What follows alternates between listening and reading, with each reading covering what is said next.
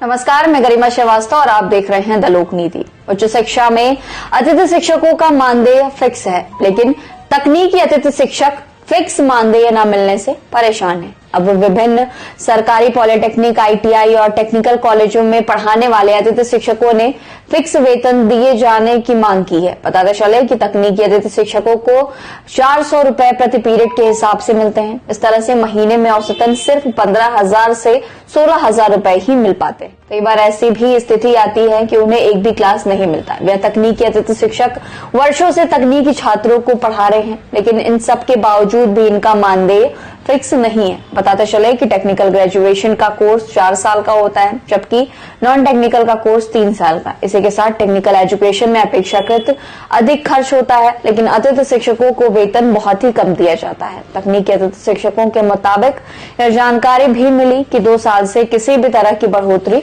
नहीं हुई है। यह तकनीकी शिक्षक इंजीनियरिंग कॉलेज में पढ़ाने वाले एमई, एमटेक और पीएचडी होल्डर है। उच्च शिक्षा प्राप्त करने के बाद भी इन्हें इतनी भी सैलरी नहीं मिल रही है जिससे वह अपना गुजारा ठीक तरीके से कर सके। प्रांतीय तकनीकी अतिथि एवं संविदा प्राध्यापक महासंघ के आशीष खरे ने बताया कि तकनीकी अतिथि शिक्षकों का अवकाश का दिन होने या कम पीरियड लगने की वजह से उन्हें निश्चित राशि नहीं मिल पाती है। हर साल मुश्किल से वह 7 से 8 महीने ही पढ़ा पाते हैं, क्योंकि यहाँ पर सेमेस्टर सिस्टम में शेष 4-5 महीने उन्हें कोई काम नहीं दिया जाता है। खरे ने यह जानकारी भी दी है कि किसी शिक्षक का पीरियड सुबह 9:30 बजे है और दूसरा पीरियड 3 बजे से है, तो उसे 2 ही पीरियड का भुगतान होता है, जबकि वो पूरे दिन कॉलेज में रहता है और कॉलेज के अन्य काम भी करता है।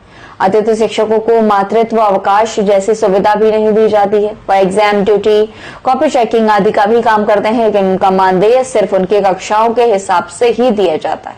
संबंध में अतिथि विद्वानों ने तकनीकी शिक्षा मंत्री को मेल के जरिए ज्ञापन सौंपा, जिसमें यह कहा गया है कि शोषणकारी कालखंड व्यवस्था को समाप्त किया जाना चाहिए और अतिथि विद्वान तकनीकी शिक्षा को फिक्स मानदेय 12 माह पर कार्य रखते हुए वह स्थायित्व प्रदान करना चाहिए। तकनीकी के अतिथि शिक्षकों के मुद्दे पर संबंधित विभाग के मंत्री यशोधरा राजे सिंधिया मौन है।